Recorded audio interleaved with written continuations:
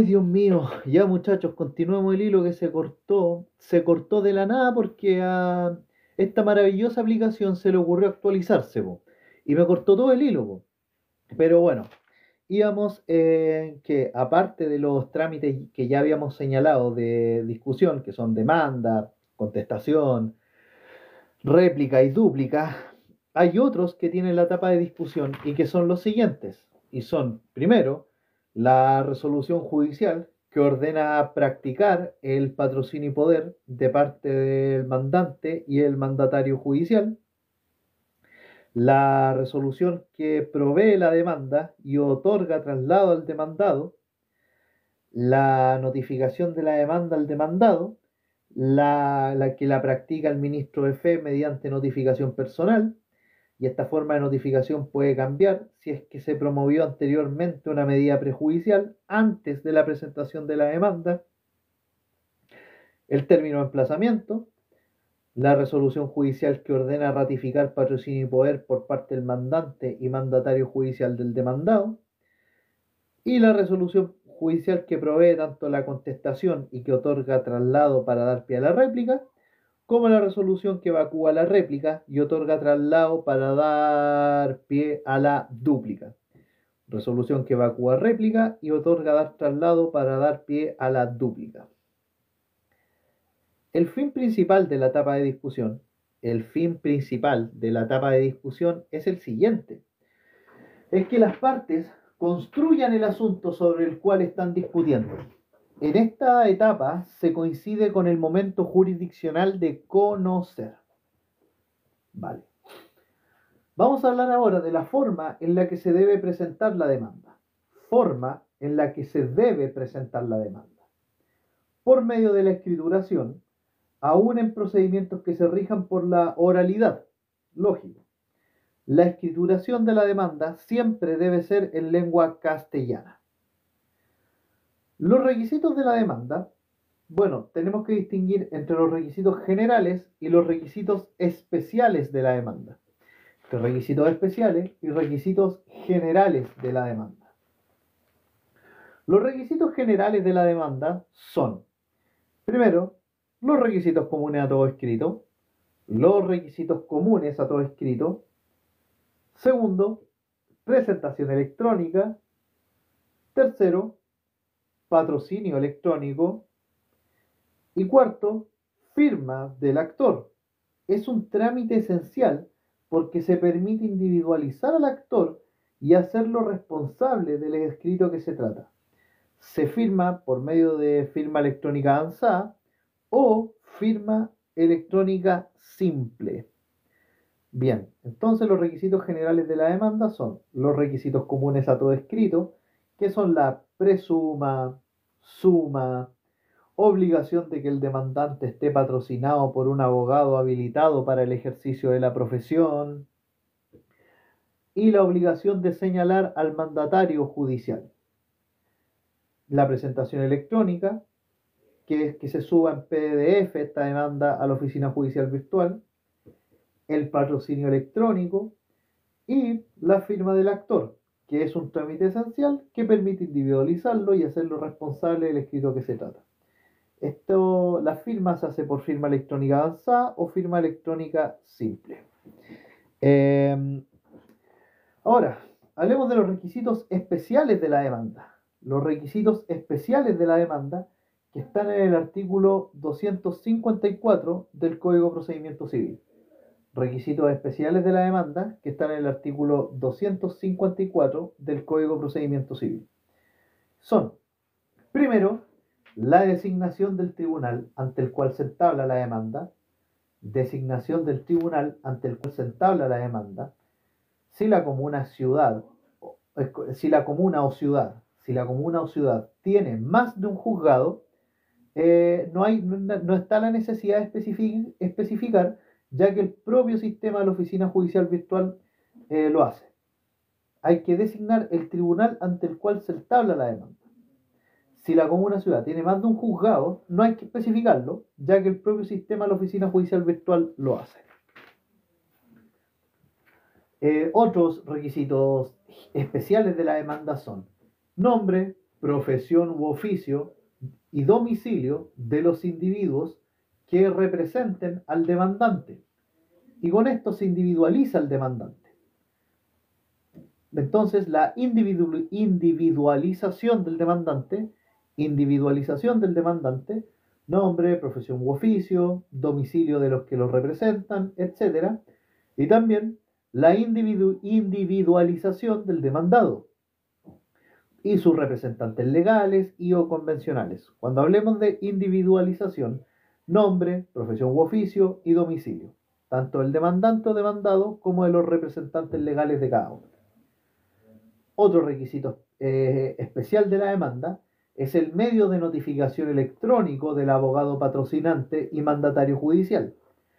Medio de notificación electrónico del abogado patrocinante y mandatario judicial. Este requisito se incorporó por la Ley 21.394 y consiste en señalar un correo electrónico al que se van a enviar eventualmente todas las resoluciones judiciales que se dicten en el procedimiento. Quinto requisito especial de la demanda es que tiene que tener exposición clara de los hechos y fundamentos de derecho en que se apoya. Exposición clara de hechos y fundamentos de derecho en que se apoya. Esto permite que el juez conozca los fundamentos del demandante y su interpretación de la ley y de cómo pretende éste que su petición sea resuelta. Y sexto, es que tenga peticiones concretas, o petitum, peticiones concretas. Esto permite al tribunal conocer lo que quiere el demandante y al demandado saber qué se le demanda. Las peticiones concretas permiten al tribunal conocer lo que quiere el demandante y le permite conocer al demandado lo que se le demanda.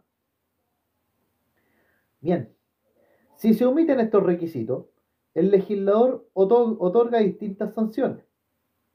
Si se omiten estos requisitos, generales o especiales, el legislador otorga distintas sanciones. Como por ejemplo, primero, si se omiten los requisitos del artículo 254, número 1, 2 y 3, que es la designación del tribunal y la individualización, tanto del demandante o demandado y de sus representantes legales, si se omiten estos requisitos, el juez puede decidir de oficio, no dar curso a la demanda. Pero en la práctica no es muy común, ya que ustedes lo verán con la resolución que dice previo a proveer tanto. Segunda sanción es que el demandado puede oponer la excepción de ineptitud en libelo. El demandado puede oponer la excepción de ineptitud del libelo. Y tercero, que está en el 303 del Código de Procedimiento Civil. Y tercero, es que si no se designa domicilio, las notificaciones que deban practicarse por cédula deberán hacerse por el Estado diario. Si no se presenta domicilio, entonces las notificaciones que deban practicarse por cédula deberán hacerse por el Estado diario. No es necesario que al momento de presentar la demanda se acompañen documentos que sustenten la posición del demandado, ya que esto se hará en la oportunidad procesal idónea para ello, que es el término probatorio. Aunque en la práctica se ha señalado la obligatoriedad de documentos habilitantes, como el mandato judicial que acredite la representación, el certificado de nacimiento de un niño o niña adolescente, el certificado de mediación frustrada, etc. Esto ustedes lo ven sobre todo en causas de familia. A mí, de hecho, no me querían aceptar una demanda porque había un certificado de mediación frustrada, pero que no incluía el nombre de la usuaria que demandaba, porque en aquel tiempo ella era menor de edad todavía y la persona que fue a la mediación era su padre, conforme al artículo 43. Gracias a Dios no aceptaron la reposición, pero bueno, eso es otro tema. No existe sanción expresa a la falta de documentos. No existe sanción expresa a la falta de documentos. No existe sanción expresa a la falta de documentos habilitantes. No existe sanción expresa a la falta de documentos habilitantes. Pero puede dar paso a que el demandado oponga excepciones, como falta de representación o personería, y que el juez, evidentemente, le dé lugar. En una misma demanda pueden haber peticiones accesorias, que ustedes las ven, por ejemplo, en los otros CIES. Que ustedes la ven, por ejemplo, en los otros CIES. Las peticiones accesorias se ponen en los otros CIES. Si el tribunal verifica todos los requisitos de la demanda, dicta traslado. Si el tribunal verifica todos los requisitos de la demanda, dicta traslado, que otorga la demanda y da la posibilidad al demandado de que conteste la demanda dentro del término de emplazamiento que la ley señala. La naturaleza jurídica de este traslado, es un decreto, que es un decreto. El traslado, naturaleza jurídica que tiene, es decreto. Bien, hablemos ahora de la notificación de la demanda, proveída, respecto del demandado como del demandante. Hola Karina, ¿qué tal? Muchas gracias por apoyar este live. Bien, en cuanto a la notificación de la demanda proveída respecto del demandado, tenemos que distinguir si ha habido o no medida prejudicial.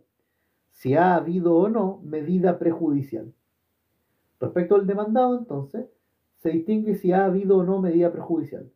Si no ha habido medida prejudicial,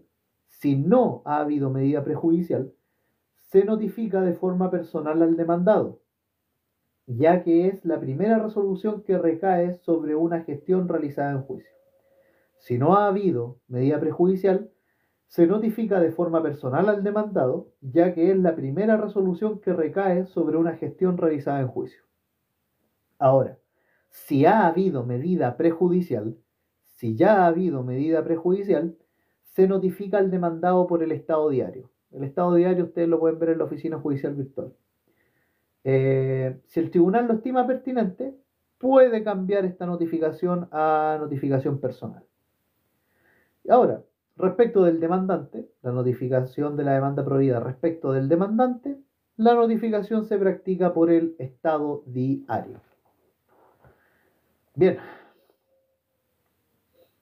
presentada ya la demanda y una vez proveída, pueden ocurrir una serie de situaciones. Presentada la demanda y una vez proveída, pueden ocurrir una serie de situaciones distintas, tales como las siguientes. Primero, que el demandante retire la demanda, puede pasar. Segundo, que el demandante rectifique su demanda. Tercero, que el demandante desista de su demanda. Pueden darse algunas de estas situaciones. En caso de que el demandante retire su demanda, puede ser por el motivo que sea. Se puede hacer esto presentando un escrito antes que se notifique la demanda. Y esta se tiene, una vez resuelto el asunto, como no presentada. Entonces, que el demandante retire su demanda, puede retirarla por el motivo que sea, y se tiene que presentar un escrito para hacer esto antes que se notifique la demanda, y una vez que se resuelve este retiro, se tiene como que la demanda nunca fue presentada. Otra situación es que... Hola Karina, ¿qué tal? De hecho, ahora vamos a hablar del desistimiento, que el retiro es distinto al desistimiento, pero uno suele confundirlo de repente. Que el demandante desista de su demanda se puede hacer en cualquier estado del juicio después de haberse notificado la demanda al demandado. El desistimiento de la demanda se puede hacer en cualquier estado del juicio, pero después de haberse notificado la demanda al demandado. Los motivos son principalmente de hecho. Ahora, otra situación que, como dijimos, se puede dar es que el demandante rectifique su demanda. ¿Qué significa esta rectificación? ampliando o rectificando lo que el demandante estime. Esto ocurre una vez se presenta la demanda. Para efectos de notificación, se consideran estos cambios como demanda nueva y solo desde la fecha en que esta diligencia se practique, comienza a correr el término de emplazamiento para contestar la demanda primitiva. ¿Vale? Entonces, que el demandante rectifique su demanda implica que aquí puede ampliar o rectificar lo que el demandante, lo que estime el demandante. Y esto ocurre una vez se presenta la demanda. Para efectos de notificación, se consideran estos cambios como una demanda nueva y solo desde la fecha en que esta diligencia se practique, comienzan a correr el término de emplazamiento para contestar la demanda primitiva.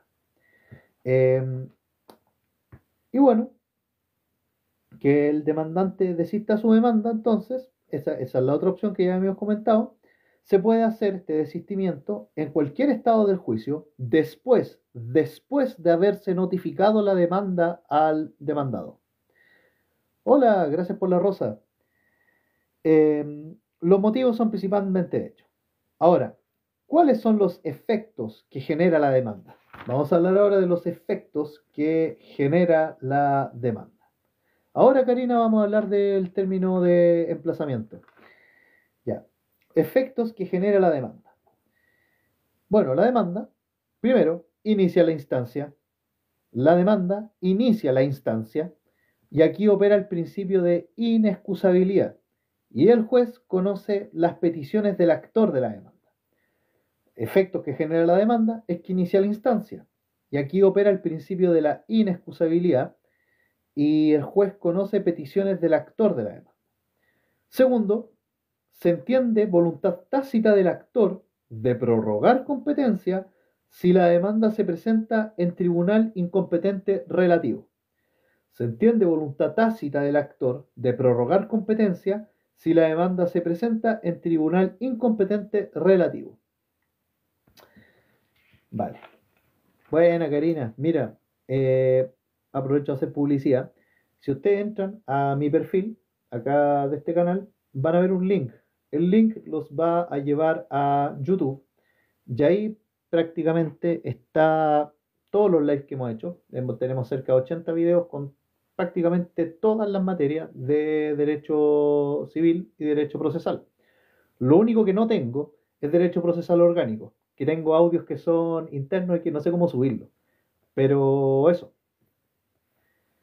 Bien, vamos a hablar ahora del término de emplazamiento.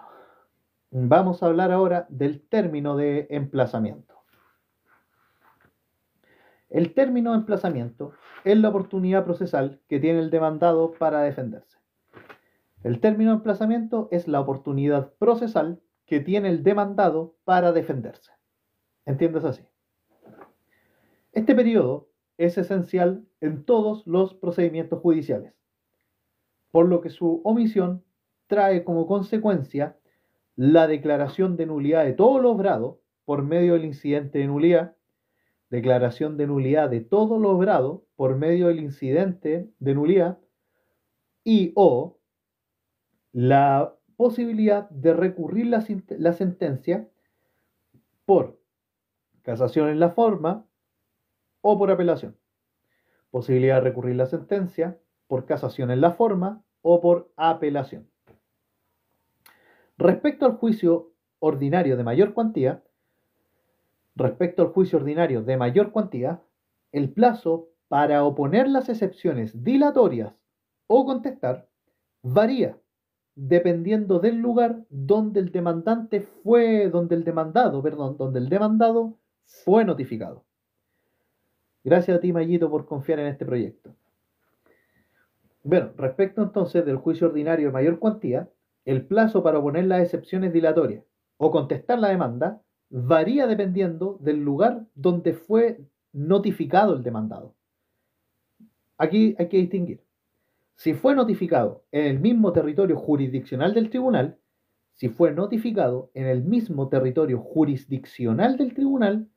son 18 días.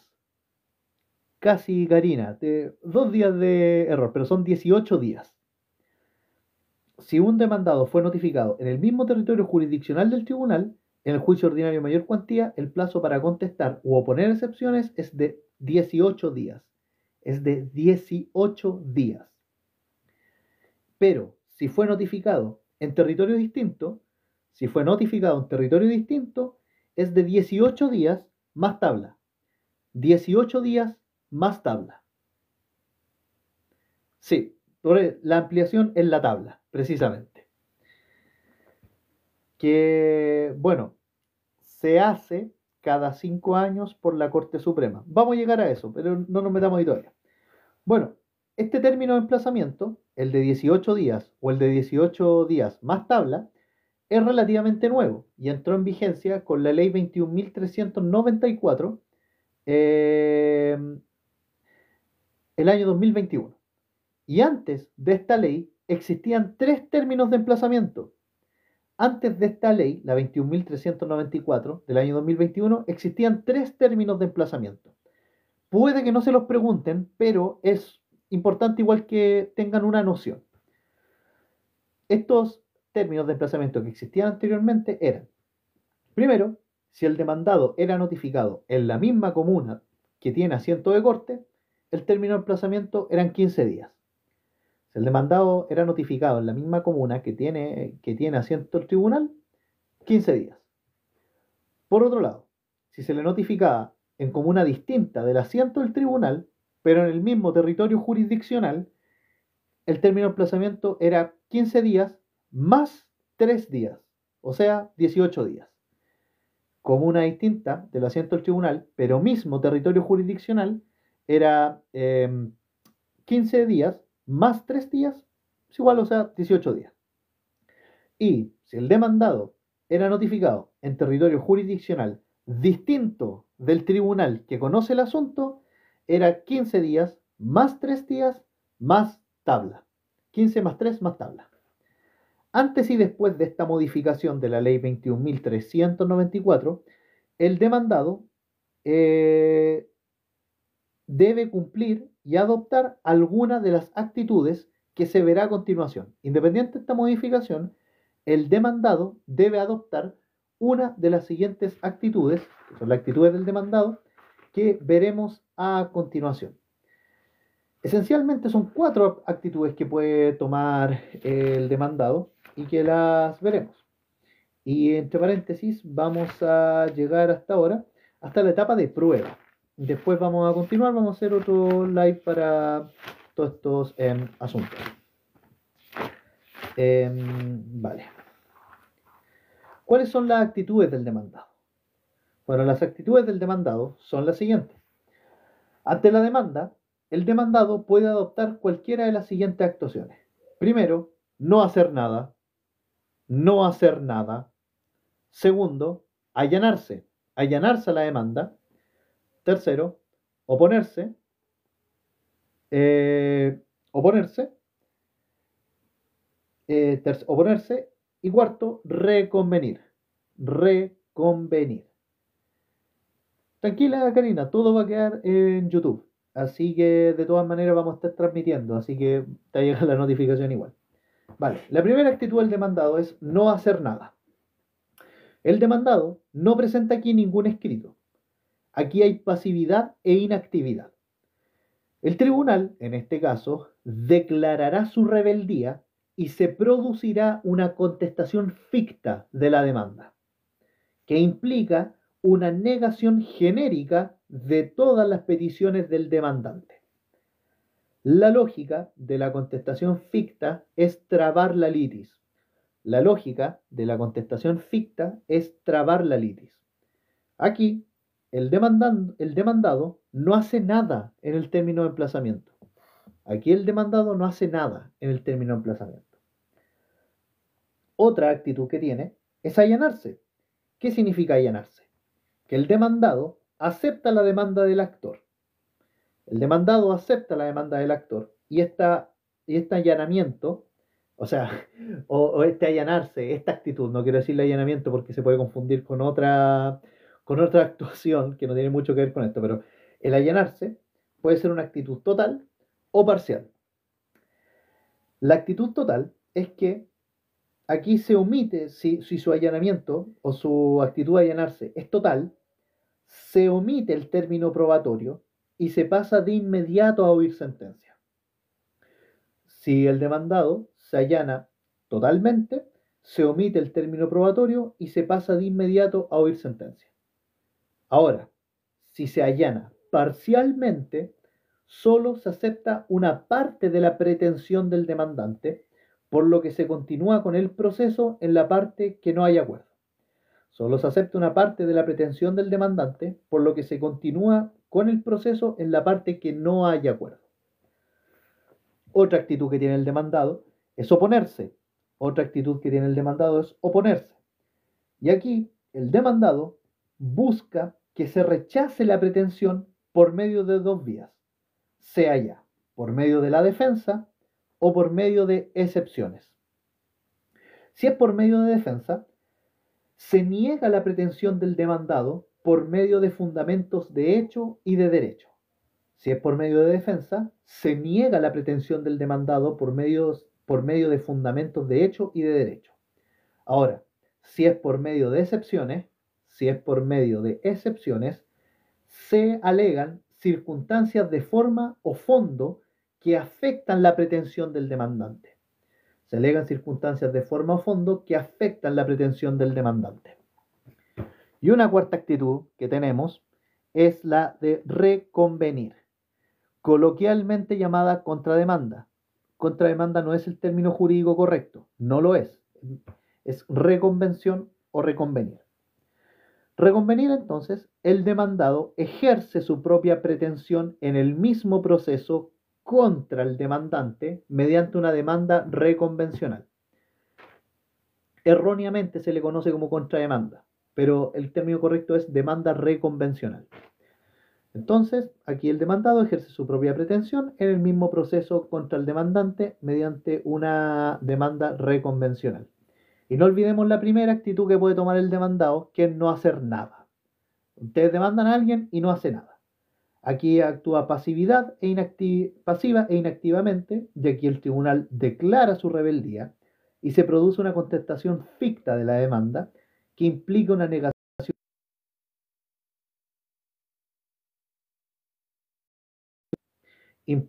una negación genérica de todo el petitorio del demandante. La lógica de esta contestación ficta es trabar la litis, y aquí el demandado, entiéndase que no hace nada dentro del término de emplazamiento. Bien, vamos a hablar ahora de las excepciones. La excepción o las excepciones, que bueno, es súper importante porque esto también ustedes lo pueden asociar cuando estudien lo que es el juicio ejecutivo, que nosotros tenemos video a vuestra disposición. No es un tema largo, pero es súper importante que sean precisos en él. Pueden revisar directamente el código. Y ustedes, si manejan el código, les puedo asegurar que ya tienen el 70% de la nota asegurada. Bien, libro tercero del Código de Procedimiento Civil, por si acaso. Ahí está el juicio ejecutivo. Vale, hablemos de la excepción y las excepciones. Las excepciones o las excepciones, es el derecho de defensa en juicio del demandado para oponerse a las acciones que el autor deduce en su contra en los tribunales de justicia. La excepción o las excepciones es el derecho de defensa en juicio del demandado para oponerse a las acciones que el actor deduce en su contra ante los tribunales de justicia. El fin de las excepciones es contrarrestar las pretensiones del demandante. Aquí nosotros tenemos que hablar de las excepciones dilatorias y las excepciones perentorias. Respecto a las excepciones dilatorias, su objetivo es corregir el procedimiento, no afectando el fondo de la acción deducida.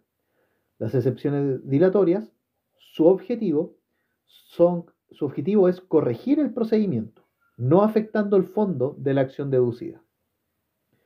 En juicios ordinarios de mayor cuantía, las excepciones dilatorias no se plantean en el escrito de contestación. En los juicios ordinarios de mayor cuantía, las excepciones dilatorias no se plantean en el escrito de contestación.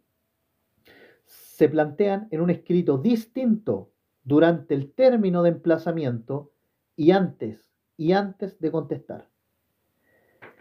Este escrito especial que opone las excepciones dilatorias debe contener todas las excepciones dilatorias que el demandado pretenda hacer valer para que el tribunal las resuelva antes de tocar el fondo del asunto.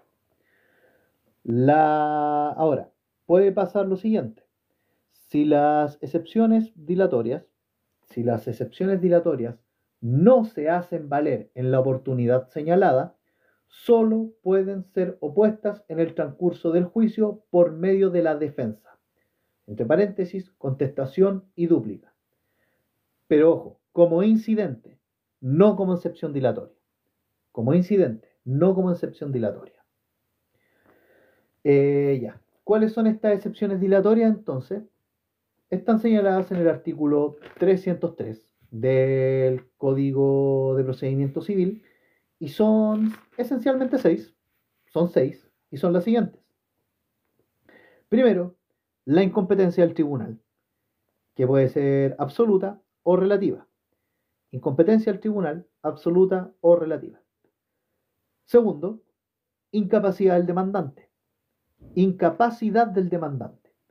¿Por qué? Aquí el demandante no tiene capacidad para comparecer en juicio. Hay una falta de capacidad procesal o de ejercicio. O bien el demandante no tiene representación legal. O el demandante no tiene personería. El demandante carece de representación voluntaria o carece de poder el representante para representarlo en juicio. Esta segunda excepción dilatoria es falta de representación, personería o falta de representación o personería. ¿Quién lo hay? Tercera excepción dilatoria es la litispendencia. ¿Qué es la litispendencia? Litigio pendiente. Litigio pendiente, ya, ¿y qué significa que hay un litigio pendiente? Es que hay un proceso en curso entre las partes, con el mismo objeto y la misma causa. Cuarta excepción dilatoria es la ineptitud del libelo. Ineptitud del libelo. La demanda no cumple con los requisitos que la ley pide o es ilegible. Ya lo habíamos señalado anteriormente. La demanda, en la ineptitud del libelo, la demanda no cumple con los requisitos que la ley pide o es ilegible. Quinto, beneficio de exclusión. Beneficio de exclusión propio del contrato de fianza y opera siempre que sea demandado un fiador y éste sugiere que primero se persiga al deudor principal. En el beneficio de exclusión, esto es propio del contrato de fianza y opera siempre que sea demandado un fiador y éste sugiere que primero se persiga al deudor principal. Sexto, toda aquella que busque corregir el fondo del procedimiento. Toda aquella que busque corregir el fondo del procedimiento. Por ejemplo, en el juicio sumario, ustedes oponen la excepción de sustitución del procedimiento o también otros que se les puedan ocurrir. En cuanto a la tramitación de las excepciones dilatorias, estas se tramitan como incidentes. Se tramitan como. Ojo. Ahora, vamos a hablar de las sentencias que se pronuncian sobre las excepciones dilatorias. Sentencias que se pronuncian sobre las excepciones dilatorias. Y estas pueden ser de dos tipos. Las sentencias que se pronuncian sobre las excepciones dilatorias pueden ser de dos tipos. O sea, sentencias que las acojan o que las rechacen. Respecto de las sentencias que acojan las excepciones dilatorias, el actor debe corregir los defectos que fundaron la excepción. Y para corregir, no hay plazo que la ley señale, pero no puede ser mayor a 6 meses. De lo contrario, el demandado puede oponer el incidente de abandono de procedimiento. El abandono de procedimiento son 6 meses que se cuentan desde la última gestión útil. Corregida la demanda y notificada al demandado, el demandado tiene 10 días para contestarla. Ojo con eso. Ahora, respecto a las sentencias que rechacen las excepciones dilatorias, el tribunal otorga un plazo de 10 días para que el demandado conteste la demanda. El tribunal otorga un plazo de 10 días para que el demandado conteste la demanda. Ahora, la naturaleza jurídica de la resolución que resuelve las excepciones dilatorias,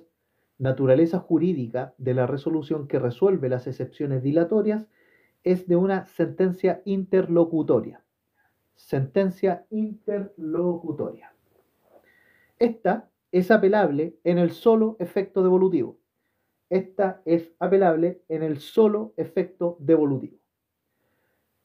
Ahora, si se opone la excepción de incompetencia del tribunal, y esta se acepta, no es necesario que el tribunal se pronuncie sobre la otra. Claro, pues si ya se resuelve la incompetencia del tribunal, está de más resolver la otra. Bien, vamos a hablar ahora de la contestación.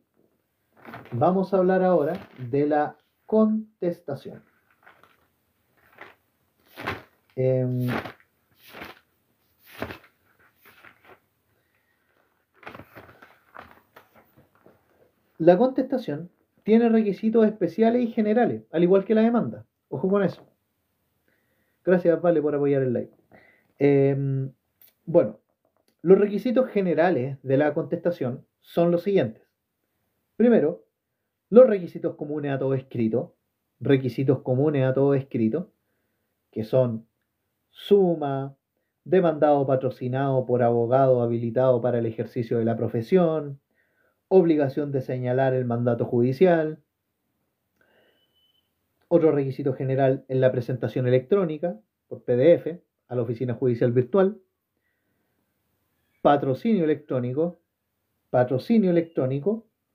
y mandato judicial electrónico. Gracias, amigo. Muchas gracias por ese quiéreme.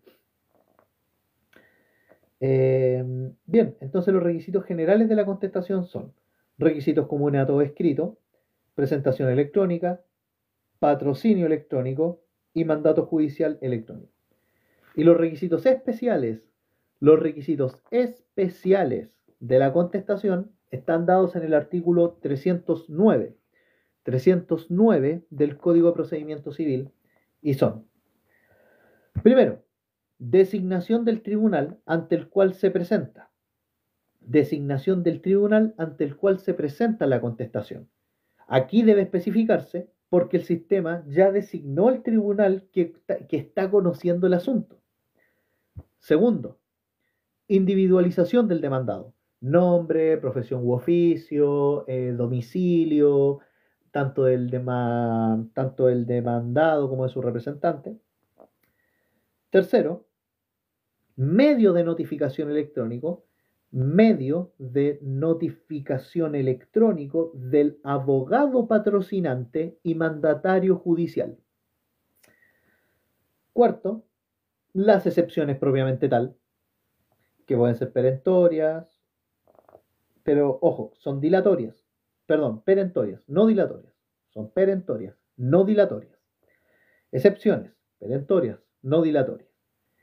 Quinto requisito de la contestación: exposición clara de los hechos y el derecho.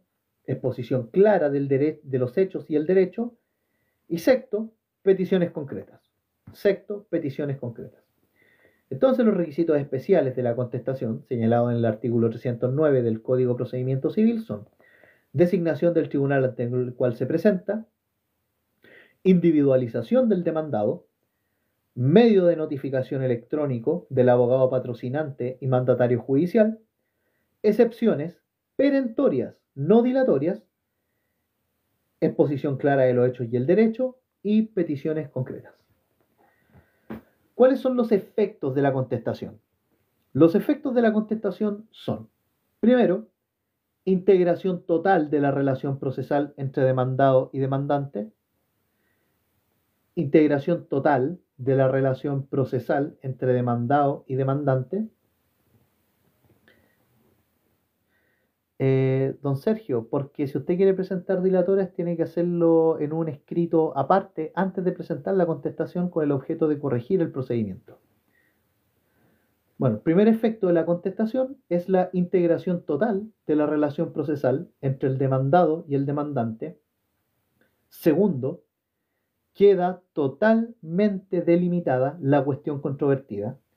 Queda totalmente delimitada la cuestión controvertida. Aquí se prohíbe ya la ultrapetita, prohibición de la ultrapetita.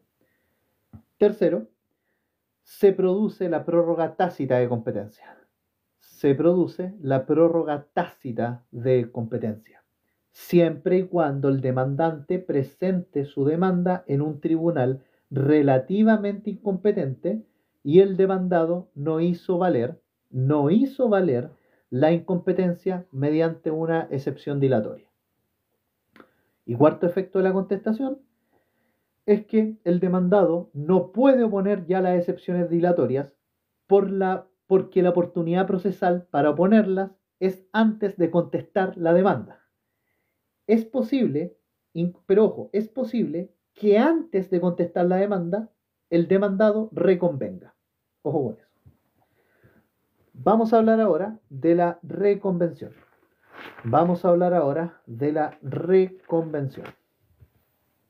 La reconvención, mal llamada contrademanda, la reconvención es la demanda que el demandado deduce contra el actor en el escrito de contestación, ejecutando cualquier acción que el demandado tenga a su favor. La reconvención, entonces, es la demanda que el demandado deduce contra el actor en el escrito de contestación, ejecutando cualquier acción que el demandado tenga a su favor. Los requisitos de la reconvención son los siguientes. Los requisitos de la reconvención son los siguientes. Y son, primero, debe reconvenir el demandado en el escrito de contestación. Debe reconvenir en el escrito de contestación. Por lo tanto, debe cumplir los requisitos especiales y generales de la demanda. Y debe presentarlos en el escrito de contestación. En la práctica esto se hace, otro sí, deduce demanda reconvencional. Lo principal, contestación, otro sí, deduce demanda reconvencional. Segundo requisito que tiene que tener la demanda reconvencional es que el tribunal debe ser competente, tanto absoluta como relativamente. El tribunal debe ser competente, tanto absoluta como relativamente. Tercero, debe ser admisible en la reconvención la prórroga de competencia. Debe ser admisible en la reconvención la prórroga de competencia. Y cuarto, el procedimiento de la reconvención debe ser el mismo de la demanda principal. ¿Por qué? Porque la reconvención se tramita y se falla junto con la demanda principal. Pero ojo, se tramitan también en paralelo. Se fallan juntas, pero se tramitan en paralelo. El artículo 316 del Código de Procedimiento Civil señala lo siguiente. No se otorgará en la reconvención término probatorio extraordinario para rendir prueba fuera de la República, fuera del país, bueno, si quieren entenderlo de otro modo. No se otorgará en la reconvención término probatorio extraordinario para rendir prueba fuera de la República. La reconvención, ojo, la reconvención puede ser objeto de excepciones dilatorias. La reconvención puede ser objeto de excepciones dilatorias. Se oponen en un mismo escrito dentro del término de 6 días. se oponen en un mismo escrito, estas excepciones dilatorias que pretendan atacar la reconvención, se oponen en un mismo escrito dentro del término de 6 días, desde la resolución que provee la reconvención. Se cuentan desde que se notifica la resolución que provee la reconvención. Si se acoge una excepción dilatoria en contra de la reconvención, el actor reconvencional debe subsanar los defectos dentro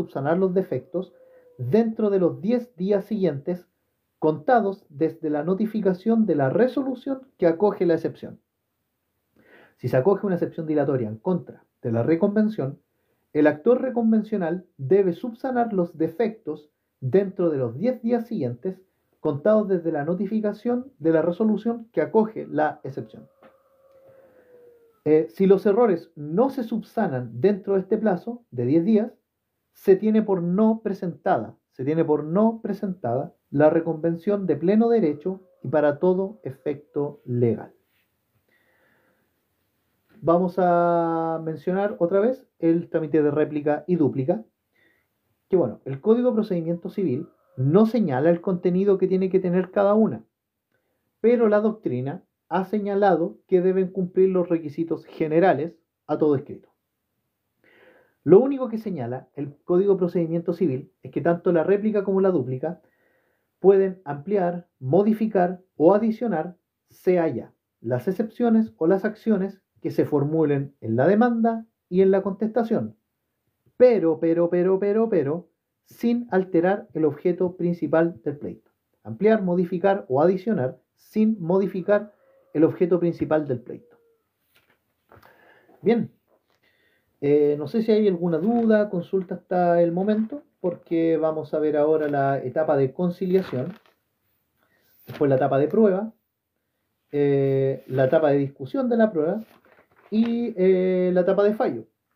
Que la verdad es que no es que sea tanto, pero es importante tenerlo aquí en consideración.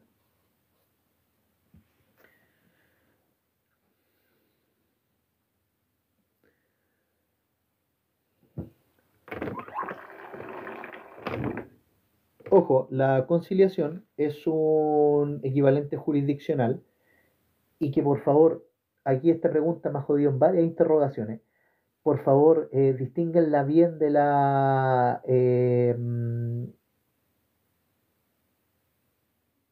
¿cómo es que se llama esta cuestión?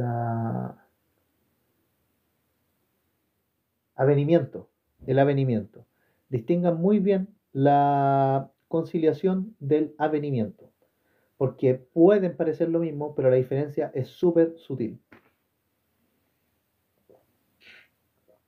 Ya la vamos a ver y ya la hemos tratado, así que, pero yo les digo como sugerencia. Ojo con la distinción entre conciliación y avenimiento. Bien, vamos con la etapa de conciliación.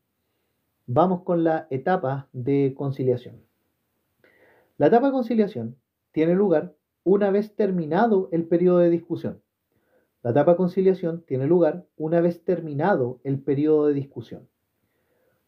Comienza en el llamado a conciliación de parte del tribunal una vez efectuada la dúplica. Este es un trámite obligatorio. La conciliación se compone de las siguientes actuaciones, que son el llamado a conciliación y la audiencia de conciliación. Llamado a conciliación y audiencia de conciliación. El llamado a conciliación ocurre por medio de una resolución que se notifica por cédula, donde se invita a las partes a concurrir al tribunal. El llamado a conciliación ocurre por medio de una resolución que se notifica por cédula, donde se invita a las partes a concurrir al tribunal. Y la audiencia de conciliación se concreta de forma online o virtual, presencial o virtual. Y el juez actúa como amigable componedor y su fin es que las partes lleguen a acuerdo. La audiencia de conciliación se concreta de forma presencial o virtual y el juez actúa como amigable componedor y su fin es que las partes lleguen a acuerdo.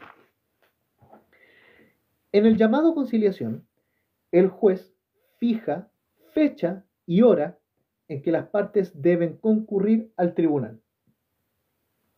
El artículo 262 del Código de Procedimiento Civil señala que la fecha de la conciliación debe darse entre los días 5 y 15 después de la notificación que la convoca.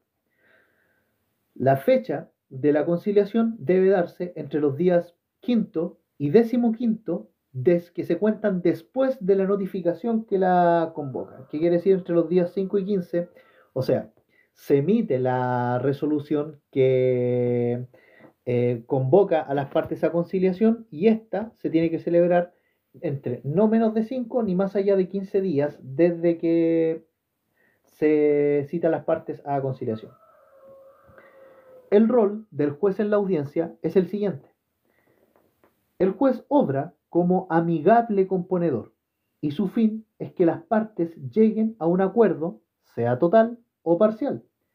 El juez en este rol puede emitir opiniones que en ningún caso lo inhabilitan de seguir conociendo el asunto. A la audiencia de conciliación concurren las partes por sí o por apoderado. Aunque el juez puede exigir la comparecencia personal, sin perjuicio de la asistencia de los abogados. Ahora, en procesos donde hay pluralidad de partes, la audiencia se concreta aunque no asistan todos.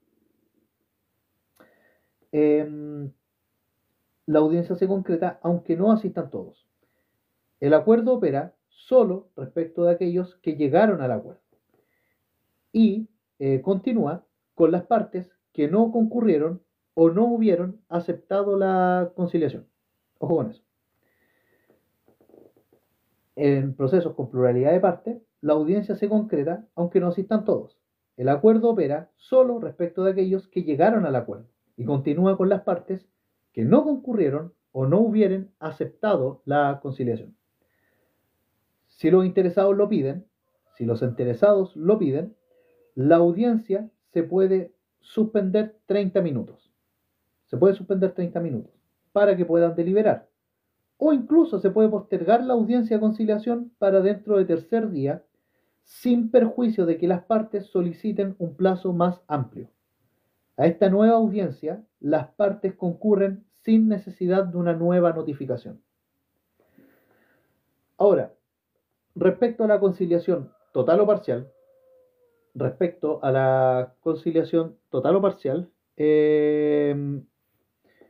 se levanta acta o no se realiza el comparendo por inasistencia de una o todas las partes.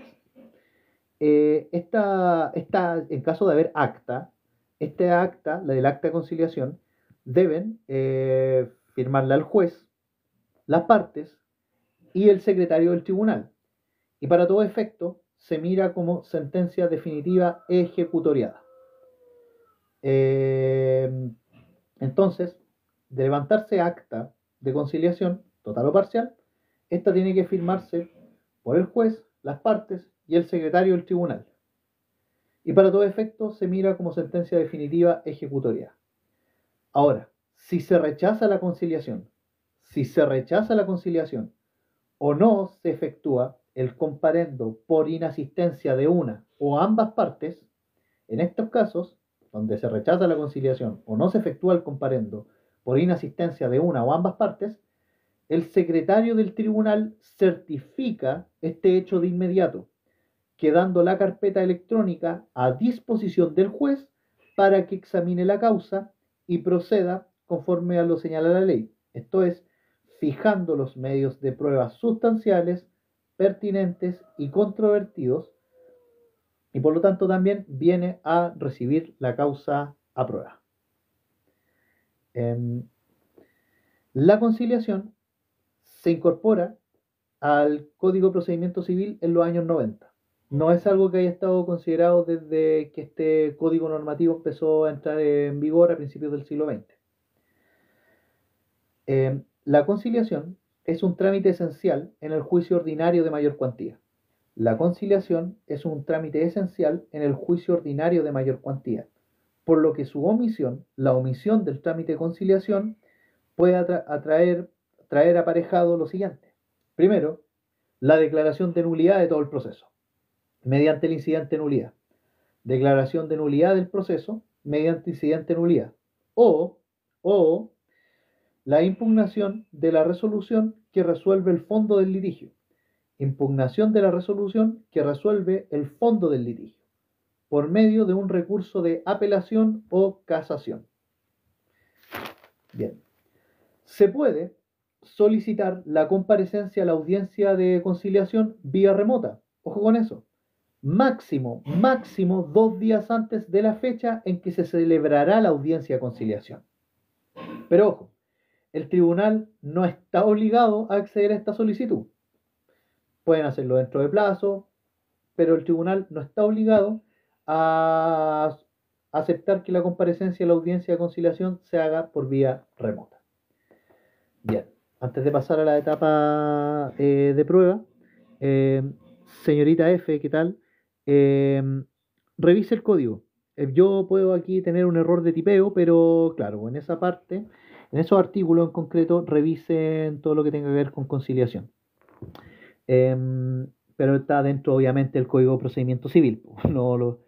Y Nelson, no, Nelson, yo no soy profe, soy estudiante como tú, yo estoy preparando mi examen de grado. Creo que tengo algunos videos en el canal, así que podrías pegarle un ojito.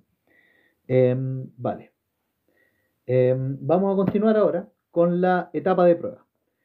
Vamos a continuar ahora con la etapa de prueba. ¿Vale? Chicos, yo les digo, si ustedes pueden tener un código a mano, extraordinario, de verdad, porque así me pueden ayudar con precisión en caso de que yo cometa un error. Así que eso. Vamos con la etapa de prueba. La etapa de prueba es un periodo eventual. La etapa de prueba es un periodo eventual, ya que existen dos casos en que el periodo de prueba no procede. Existen dos casos en que el periodo de prueba no procede. ¿Y cuáles son estos casos? Primero, cuando no existen hechos sustanciales pertinentes y controvertidos. Cuando no existen hechos sustanciales pertinentes y controvertidos, no tiene sentido que haya una etapa probatoria. Y otro caso, donde no hay una etapa probatoria o una etapa de prueba, es cuando las partes, de común acuerdo, resuelven no abrir un término probatorio y piden que este trámite se omita. En ambos supuestos, el juez llama a oír sentencia directamente, una vez se concrete el trámite de conciliación, que ese sí que es obligatorio. Respecto a la recepción de la causa a prueba, la recepción de la causa a prueba es un acto jurídico procesal del tribunal competente. La recepción de la causa a prueba es un acto jurídico procesal del tribunal competente en que se determina la existencia de hechos sustanciales pertinentes y controvertidos que deberían ser resueltos en el conflicto. La recepción de la causa a prueba es un acto jurídico procesal del tribunal competente en que se determina la existencia de hechos sustanciales pertinentes y controvertidos que deberán ser resueltos en el conflicto. La etapa probatoria se compone de dos subetapas. La etapa probatoria se compone de dos subetapas, y estas dos subetapas son, primero, la resolución que recibe la causa prueba y el término probatorio per se. Resolución que recibe causa prueba y el término probatorio per se. Respecto de la resolución que recibe la causa a prueba, esta se conoce como el auto de prueba. Pero ojo, este es un nombre incorrecto, ya que la naturaleza jurídica de la resolución que recibe la causa a prueba es más bien una sentencia interlocutoria, no un auto. Por lo que decirle auto de prueba es incorrecto, porque su naturaleza jurídica es una sentencia interlocutoria. Esta resolución que recibe la causa a prueba fija los puntos de prueba sobre hechos sustanciales, pertinentes y controvertidos, suscitados en los escritos de demanda, contestación, réplica y dúplica. Aparte, la resolución debe fijar un plazo para recibir la causa prueba que tiene que apegarse a lo que estrictamente diga la ley. Ahora, en cuanto al término probatorio per se, el plazo que otorga la ley para presentar todas las pruebas que permitan demostrar la existencia o no de los puntos de prueba fijados viene dado así. El término probatorio per se refiere al plazo que otorga la ley para que se presenten todas las pruebas que permitan demostrar la existencia o no de los puntos sustanciales, pertinentes y controvertidos, puntos que son puntos de prueba que están fijados. Contra la resolución que recibe la causa prueba, se pueden oponer dos recursos. ¿Cuáles son? El recurso de reposición y el recurso de apelación en subsidio. Recurso de reposición y de apelación en subsidio. El recurso de reposición se opone dentro de tercer día desde la notificación de esta resolución que recibe la causa prueba. El recurso de reposición se opone dentro de tercer día desde la notificación de esta resolución. Esta es una reposición especial, ya que es una excepción a la regla de los 5 días de la reposición ordinaria. Aquí, en este recurso de reposición dentro del tercer día, se puede solicitar la modificación, eliminación o agregación de uno o más hechos fijados por el tribunal. Modificación, eliminación o agregación de uno o más hechos fijados por el tribunal. Y en cuanto al recurso de apelación en subsidio, se requiere que sea presentado en subsidio de la reposición que ya mencionamos. Vamos a abordar el detalle de cada uno a continuación.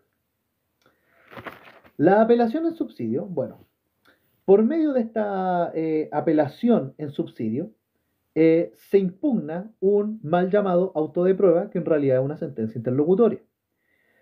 El mismo tribunal que rechaza la reposición verifica si es admisible el recurso de apelación en subsidio conforme a las reglas generales. Si se declara la admisibilidad, se debe emitir una resolución que declare esta situación y remita los antecedentes para que conozca la apelación la Ilustrísima Corte de Apelaciones correspondiente. Si se declara la admisibilidad de este recurso de apelación en subsidio, se debe emitir una resolución que declare esta situación y remita los antecedentes para que conozca la apelación la Ilustrísima Corte de Apelaciones competente. Debido a la carga de las Cortes de Apelaciones, probablemente cuando revisen esta apelación en subsidio, esta ya haya vencido. Aquí la Corte de Apelaciones concede el término probatorio especial de prueba por un número prudencial de días que fija el tribunal, el que, ojo, no puede exceder los 8 días. Cuando tenga que rendirse nueva prueba, conforme a la resolución que dicte la Ilustrísima Corte de Apelaciones que acoja la apelación subsidiaria. Puede darse también que hayan algunos tribunales que digan ya está apelando una resolución, quizás no sea tan grave para que vamos a dilatar más el proceso y les den la reposición. Puede pasar, pero puede que no. Pero bueno, debido a entonces por eso vale la pena recapitular en este punto que debido a la carga que tienen las Cortes de Apelaciones, probablemente cuando revisen un recurso de apelación en subsidio respecto a un auto de prueba o una sentencia interlocutoria que recibe la causa de prueba, que mejor dicho así, esta haya vencido.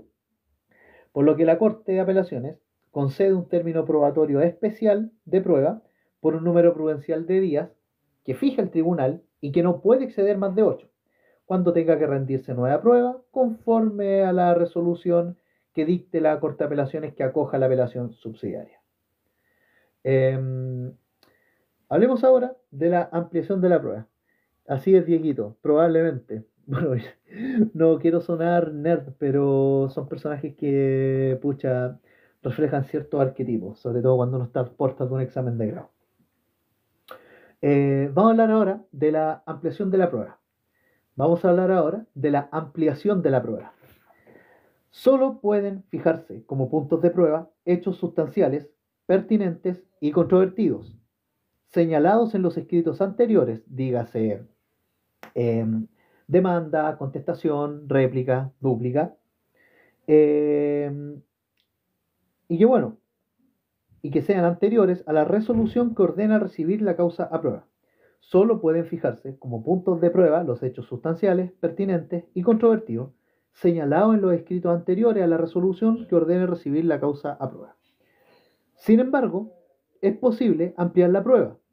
Sin embargo, es posible ampliar la prueba conforme al mismo Código de Procedimiento Civil, que señala que estos son los casos en los cuales se puede llegar a ampliar la prueba, que son, primero, cuando dentro del término probatorio ocurre algún hecho que está relacionado con el hecho que se ventila, cuando dentro del término probatorio ocurre algún hecho que está relacionado con el hecho que se ventila, o segundo, cuando la ampliación se refiere a hechos verificados y no alegados antes de recibirse la causa a prueba, con tal que quien los aduce jure que solo hasta dicho punto ha llegado a conocimiento dicho hecho.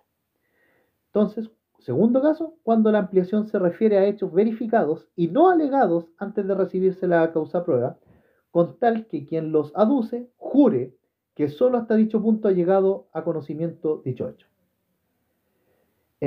La solicitud de ampliación de prueba se tramita como incidente. La solicitud de ampliación de prueba se tramita como incidente en cuaderno separado. En cuaderno separado. La solicitud de ampliación se tramita como incidente en cuaderno separado y, ojo, cuando la contraparte responde al traslado de la solicitud de ampliación de prueba, ésta puede alegar menos hechos consignados bajo los supuestos del artículo 321 del Código de Procedimiento Civil. Entonces, eh, la solicitud de ampliación se tramita como incidente en cuaderno separado y se suspende la tramitación de la causa principal. La solicitud de ampliación se tramita como incidente en cuaderno separado y se suspende la tramitación de la causa principal. Cuando la contraparte responda al traslado de la solicitud de ampliación de prueba, ésta puede alegar menos hechos consignados bajo los supuestos del artículo 321 que ya dijimos. 321 del Código de Procedimiento Civil, que son cuando dentro del término probatorio ocurre algún hecho que está relacionado con el hecho que se verifica, o cuando la ampliación se refiera a hechos verificados y no alegados antes de recibirse la causa prueba, con tal que quien lo aduce jure que solo hasta dicho punto ha llegado a conocimiento de dicho hecho. Vamos ahora con la etapa de discusión de la prueba. Vamos ahora con la etapa de discusión de la prueba. Esta nuevamente es una etapa eventual, ya que tiene lugar una vez terminada la etapa de prueba, si es que la hay. La etapa de discusión de prueba se compone esencialmente de la etapa de observaciones a la prueba, que es la etapa posterior a la prueba y que está destinada a que las partes hagan al tribunal las observaciones que el examen de prueba les sugiera. La, la etapa de discusión de prueba está compuesta esencialmente por la observación a la prueba, que es la etapa posterior a la rendición de esta y que está destinada a que las partes hagan al tribunal las observaciones que el examen de prueba les sugiera. Las observaciones a la prueba se pueden realizar en los 10 días siguientes al que termina el término probatorio. Las observaciones a la prueba se pueden realizar en los 10 días siguientes al que termina el término probatorio.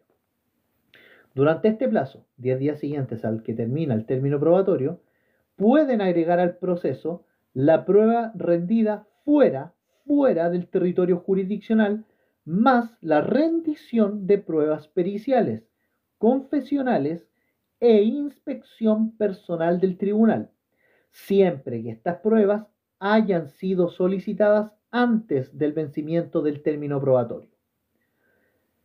Entonces, las observaciones a la prueba se pueden realizar en los 10 días siguientes al que termina el término probatorio, y durante este plazo pueden agregar al proceso la prueba rendida fuera del territorio jurisdiccional, más la rendición de pruebas periciales, confesionales e inspección personal del tribunal, siempre que hayan sido solicitadas antes del vencimiento del término probatorio.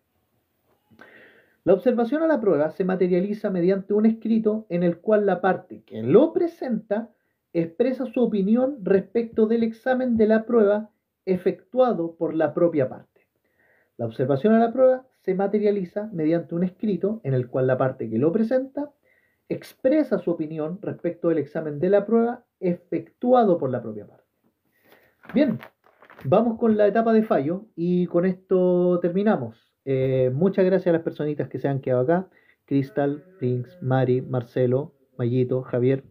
Con esto ya terminamos con la etapa de fallo, que es relativamente corto. Vamos con la etapa de fallo del juicio ordinario mayor cuantía. Vamos con la etapa de fallo. La etapa de fallo inicia con la citación para oír sentencia y termina con la dictación de la sentencia definitiva. La etapa de fallo inicia con la citación para oír sentencia y termina con la dictación de la sentencia definitiva. Entonces la etapa de fallo inicia con la citación para oír sentencia y termina con la sentencia definitiva. Los actos que forman parte de la etapa de fallo son tres. Actos que forman parte de la etapa de fallo son tres. Y son, primero, la citación a oír sentencia. Segundo, las medidas para mejor resolver, que son eventuales, ojo con eso. Y tercero, la sentencia definitiva. Respecto a la citación a oír sentencia, esta es una resolución judicial y un trámite esencial del procedimiento que señala el cierre del debate y el conteo del plazo para dictar sentencia definitiva. Contra esta citación a oír sentencia solo procede un recurso de reposición basado en un error de hecho y que debe deducirse dentro de tercer día.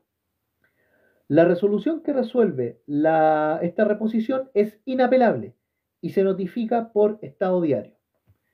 La citación a oír sentencia, entonces, es una resolución judicial y un trámite esencial del procedimiento que señala el cierre del debate y el conteo del plazo para dictar sentencia definitiva. Contra esta citación, solo procede la reposición basada en un error de hecho y se deduce dentro de tercer día. Y la resolución que resuelve esta reposición es inapelable y se notifica por el estado diario. En cuanto a las medidas para mejor resolver, esta es eventual, porque depende del caso y del conocimiento que obtiene el juez mediante pruebas presentadas por las partes. Es eventual y depende del caso y del conocimiento que obtiene el juez mediante las pruebas presentadas por las partes. Estas medidas para mejor resolver. Y por último, la sentencia definitiva, y con esto terminamos. La sentencia definitiva es la resolución que pone fin a la instancia, resolviendo la controversia. Los requisitos de la sentencia definitiva están en el artículo 170 del Código de Procedimiento Civil. Por favor, ese artículo manéjenlo bien, ya lo vamos a ver, así que tranquilos. Respecto a la sentencia definitiva, esta es la resolución que pone fin a la instancia, resolviendo la controversia. La sentencia definitiva es la resolución que pone fin a la instancia, resolviendo la controversia jurídica. La sentencia definitiva, entonces, es la resolución que pone fin a la instancia, resolviendo la controversia. Bien, nuevamente nos vamos a remitir a la citación a oír sentencia. Y acá, esta se produce en los siguientes casos. ¿En qué casos se cita a oír sentencia? Bueno, hay 4 casos al menos en los que se cita a oír sentencia. Primero, cuando el demandado acepta las peticiones del demandante, o sea, se allana la demanda. Segundo, cuando el demandado no contradice sustancialmente los hechos del litigio. Cuando el demandado no contradice sustancialmente los hechos del litigio. Tercero, cuando las partes piden que el litigio se falle sin más trámite. Cuando las partes piden que el litigio se falle sin más trámite. Cuando quieren saltarse el término probatorio, por ejemplo. Y cuarto, también se cita oír sentencia cuando se vence el plazo para efectuar las observaciones a la prueba. Cuando se vence el plazo para efectuar las observaciones a la prueba. Respecto a los efectos que tiene la citación para oír sentencia, respecto a los efectos que tiene la citación a oír sentencia, también podemos señalar al menos 4. Y estos efectos son, primero, el proceso queda en estado de fallo. El proceso queda en estado de fallo. Segundo, comienza a correr el plazo para dictar sentencia definitiva. Comienza a correr el plazo para dictar sentencia definitiva. Y este plazo es de 60 días. 60 días. Ese es el plazo para dictar sentencia definitiva. O sea, uno de los efectos de la citación a oír sentencia es que comienza a correr el plazo para dictar sentencia definitiva y este plazo es de 60 días. 60 días. Sin perjuicio de las medidas para mejor resolver, que es una etapa eventual que depende del caso y del conocimiento que obtiene el juez mediante pruebas presentadas por las partes. Pero sin perjuicio de esto, el plazo en un juicio ordinario de mayor cuantía para dictar sentencia definitiva es de 60 días. 6-0. No 70, 60.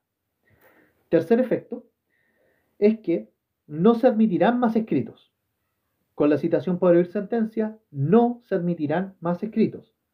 Aunque esto tiene excepciones.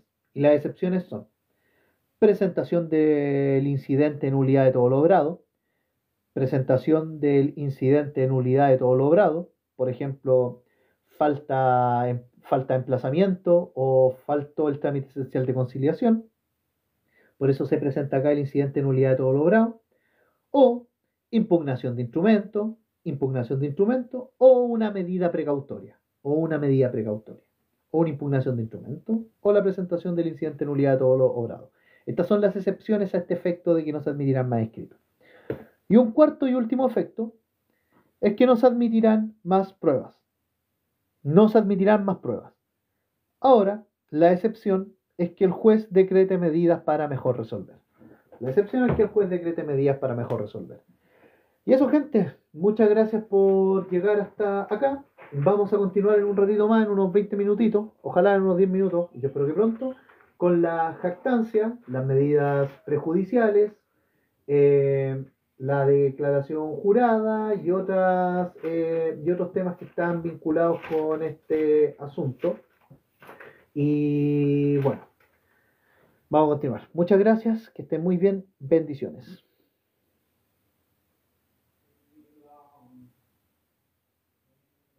A ti, Mayito, por el interés.